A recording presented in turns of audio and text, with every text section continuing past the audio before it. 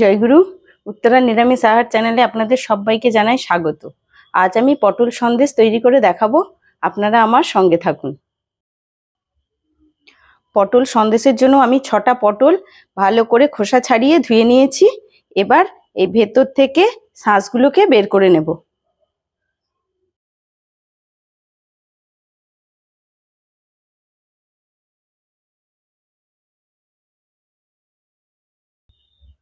এইভাবে সুন্দর করে পটলের শাঁসগুলোকে বের করে নিতে হবে। এইভাবে আমি সব পটলের শাঁসগুলো বের করে নিচ্ছি। সব পটলের শাঁসগুলোকে এইভাবে সুন্দর করে বের করে নিতে হবে। এইভাবে গরম জলে পটলগুলোকে হালকা ভাপিয়ে নিতে হবে।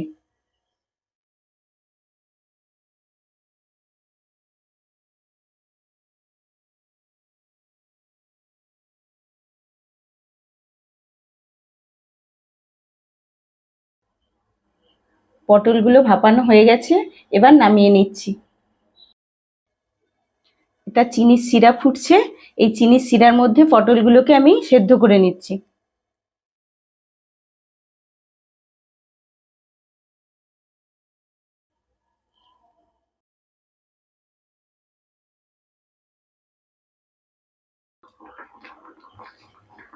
পটলগুলো প্রায় সেদ্ধ হয়ে এসেছে, আমি এবার তুলে নেব। আমি এখানে নারকেল কুড়ো, খোয়া ক্ষীর, কাজু, কিশমিশ আর চিনি দিয়ে এই পটল সন্দেশের পুরটা তৈরি করে নিয়েছি। পটলগুলোকে আমি চিনির শিরা থেকে তুলে নিয়েছি, দেখুন কত সুন্দর নরম হয়ে গেছে।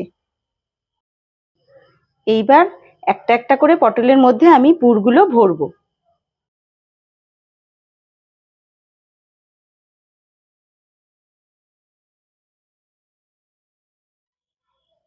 ধীরে ধীরে পুরগুলো পটলের মধ্যে ভরতে হবে।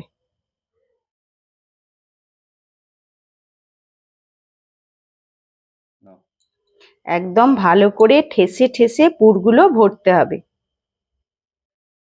সমস্ত পটলগুলোই আমার পুর ভরা হয়ে গেছে। আমার পটল সন্দেশ প্রস্তুত হয়ে গেছে। এবার একটু খোয়া ক্ষীর ছড়িয়ে আধ ঘন্টার মতো ফ্রিজে রেখে দেবো, তারপরে বের করে পরিবেশন করব। খেতে খুবই ভালো লাগবে। এখন আমি খোয়া ক্ষীরটা গ্রেট করে নিচ্ছি।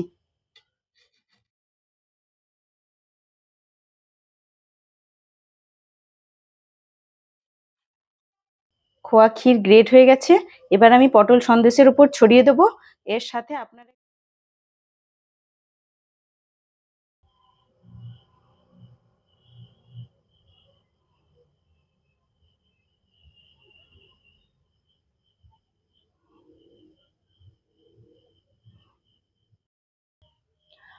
ইচ্ছা করলে খোয়া ক্ষীরের সাথে একটু গোলাপ জল ছড়িয়ে দেবেন, তাহলে একটা সুন্দর গন্ধ আসবে, খেতেও ভালো লাগবে।